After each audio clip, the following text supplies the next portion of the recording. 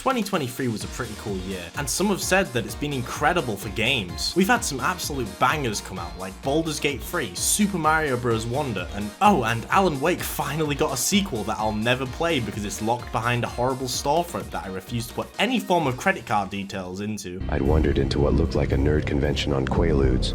The bright colors and sweet smiles were enough to give my eyeballs diabetes. Something I like to do at the end of every year is watch the Game Awards. And something I noticed while watching that no one is really talking about when it comes to gushing about this year for games is that a lot of the good games that came out this year were just remakes of previously highly acclaimed games. One of them was even nominated for Game of the Year. In fact, now that I think of it, most of my favourite games this year were those remakes. I have some of the fondest memories playing the Dead Space remake and Resident Evil 4. Hi-Fi Rush should have taken Resident Evil 4's place as a Game of the Year nominee. That shit was robbed. All of this got me thinking, when does a game deserve to be remade? Like Dead Space, for example. I made a shitty video talking about how they shouldn't remake Dead Space 2 because of how ahead of its time it was. That shit even holds up now despite the fact it's from 2011. Well, the argument I made in that video could easily be made about the original Dead Space 2. No, not Dead Space 2, I mean like Dead Space and then T-O-O, you know.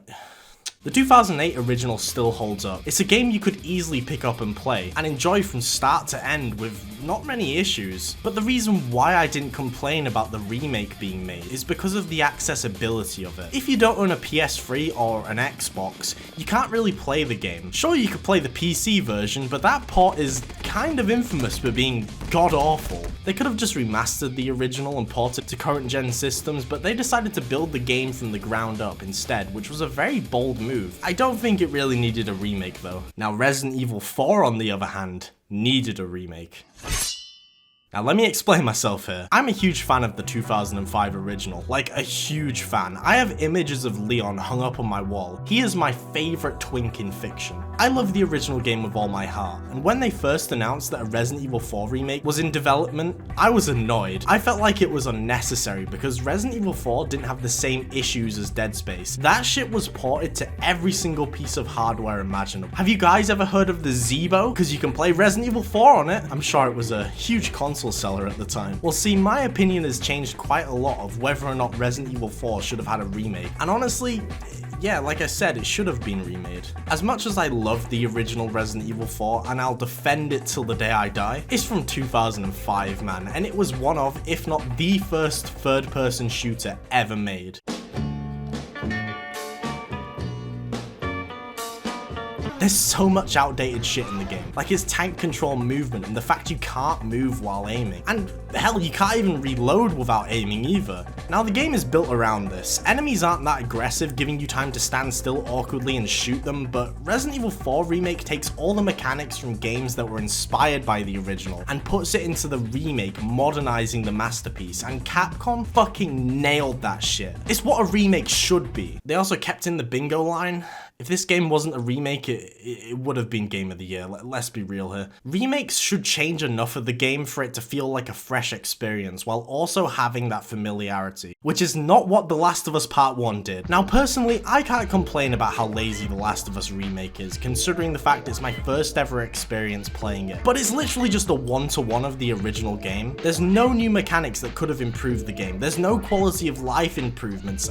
There's nothing new here. The only new thing that they added to the remake was the fact they removed the multiplayer, which ultimately makes it a worse product. It's the same with the Metroid Prime remake. Now I can't speak for the quality of Metroid Prime as well, I've never played it, but from what I've seen and heard, it's another one-to-one game that's considered a remake. Wait, what? Oh, it's a remaster? It has remaster in the name? Oh, that makes a lot of sense. Why didn't they do that for The Last of Us, considering the fact it is literally just a remaster?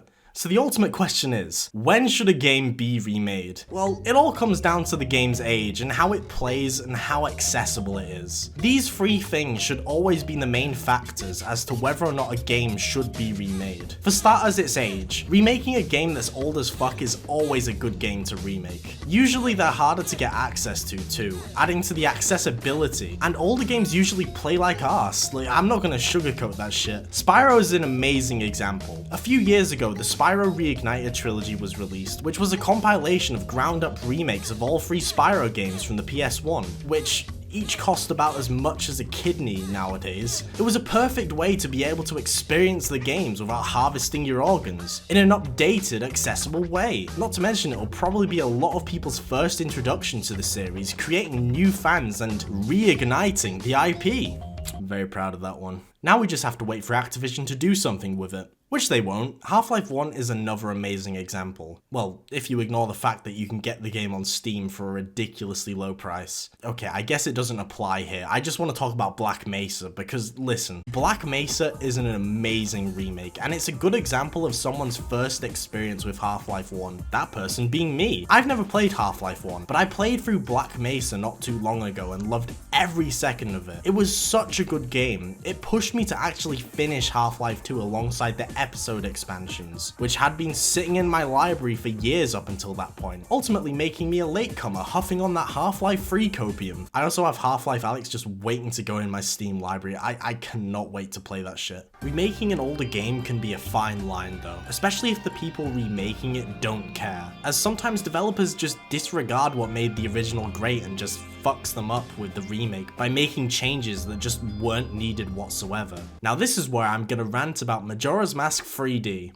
Fuck Majora's Mask 3D. I'm a huge fan of the original Majora's Mask, and when Majora's Mask 3D was announced, I was so excited for it. Visually, it looked amazing, and Nintendo did an amazing job with remaking Ocarina of Time beforehand, only adjusting things that genuinely needed changing, like the text box speeds and the water temple being more clear as to where to fucking go in it. So I thought Majora's Mask was in good hands. It wasn't though. Sure, there were a lot of quality of life improvements in Majora's Mask 3D, like the menu being far more streamlined, allowing you to equip more items on the fly without you having to go into your menu each time. They also improved the save system heavily with the owl statues. But a big change they made that pisses me off to this day is the boss fights. Almost every single boss fight lost its own identity, and it feels like Nintendo thought we were all dumbasses by giving every single boss fight a giant fucking eyeball as a weak spot. Not only this, but you were forced to do some gimmick during the fight relating to the mask you used during the dungeon, rather than it being an option during the fight. They also butchered the Deku Link water jumping thing. You can't do it fast anymore, it's just fucking annoying. Another thing they did was they fucked up the freedom of using the ice arrows on water, instead having certain areas marked where you can only use them rather than having the freedom to just make little ice platforms everywhere. It's small shit, but it annoys me. Okay, I need to stop ranting and just wrap this video up. Ultimately,